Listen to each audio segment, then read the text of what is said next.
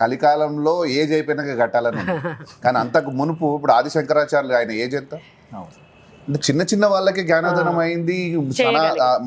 మనం ఎలా ముందుకు పోవాలనేది ఒక రూట్ ని చూపించిన వాళ్ళు చాలా చిన్న ఏజ్ లో వాళ్ళే.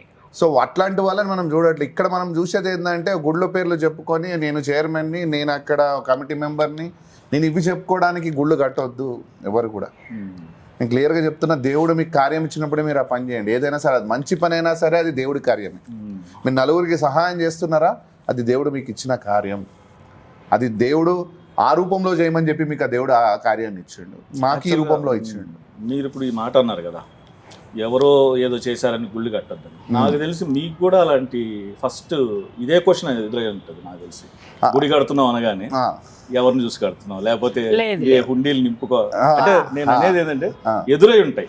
వాళ్ళకి ఏ సమాధానం చెప్పారు? ఇప్పుడు ఒకటే విషయం, మేము ఏ సమాధానం చెప్పలేదు. ఫస్ట్ మాకు అమ్మ ఇచ్చిన కార్యం అది చేసినాం. ఆ తర్వాత ఈ గుడి ముందుగా చెప్పాలంటే మాకు అమ్మవారు చెప్పినది ఒకటే, ఎవరి కోసం మీరు ఆలోచించి కట్టాల్సిన గుడి కాదు ఇది. ఫస్ట్ మీకు ఇచ్చిన కార్యాన్ని మీరు నెరవేర్చండి. ఎవరి రాసి పెట్టుంటే వాళ్ళు మాత్రమే ఇక్కడికి వస్తారని చెప్పింది. వాళ్ళ కోసం, ఎవరి కోసం, మనుషుల కోసం కట్టిన గుడి కాదు. అంటే అర్థం చేసుకోవాల్సింది ఏంది అని అంటే, మాకు ఈ కార్యం అమ్మవారు చెప్పినప్పుడే కొన్ని నిబంధనలు చెప్పడం జరిగింది.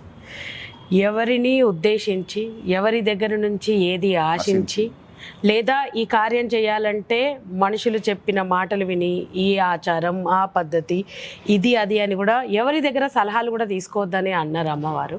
ఇక్కడ మేమిద్దరము, మాతో ఉన్న మా పని వాళ్ళు తప్పితే ఇంకా ఎవ్వరికి సంబంధం లేనిది ఇది.